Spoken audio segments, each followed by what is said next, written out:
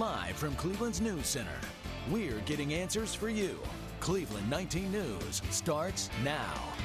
Last night we faced one of the worst horrors that could affect our campus. Campus shooting.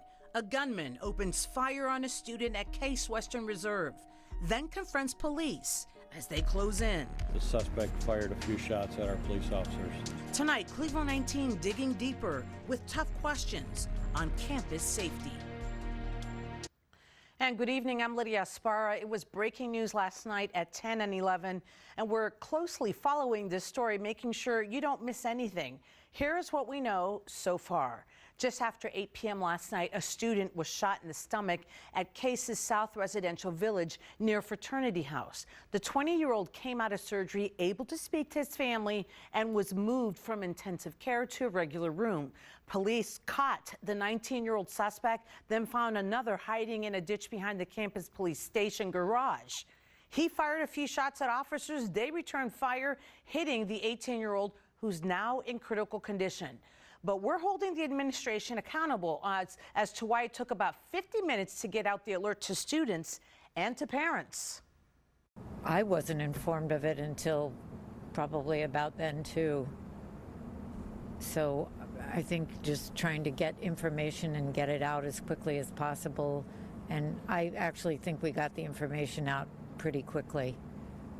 But we also want to be sure that we're getting out accurate information. The police officers involved in the suspect shooting are now on administrative leave for 3 days. Now, the university administration will take questions from students in just a few minutes at 7 p.m. live on Facebook and the Case website. Our Victor Williams spent the day on campus. He's live with their reaction. I can imagine they were scared last night, Victor. Oh, yes, Lydia, they sure were. But thankfully, that young man who was shot in the back of this frat house is expected to be just fine. Many students here expecting him to pull through, hoping that he makes it. The campus overall, however, is being very careful at this point in time.